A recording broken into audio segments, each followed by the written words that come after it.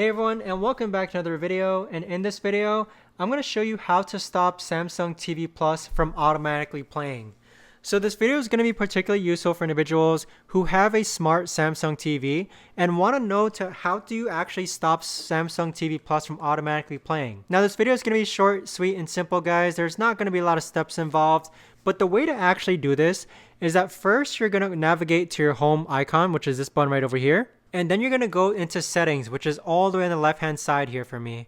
Once you open up the settings option, you want to scroll down to where it says general, click on general, and then scroll down to where it says smart features. So click on smart features. So as you can see here, you have a variety of different options. The one that you're looking for is auto run Samsung TV Plus. So you want to turn this off. Notice how this says it's automatically going to launch the last viewed Samsung TV Plus channel. You can change this to auto run the last app. But that right there, guys, is how to actually go ahead and stop Samsung TV Plus from automatically playing. If you guys know of a better or easier way to actually do this, let me know in the comments down below. I would love to know. Thanks so much for watching, everyone, and I'll see you guys all in the next video.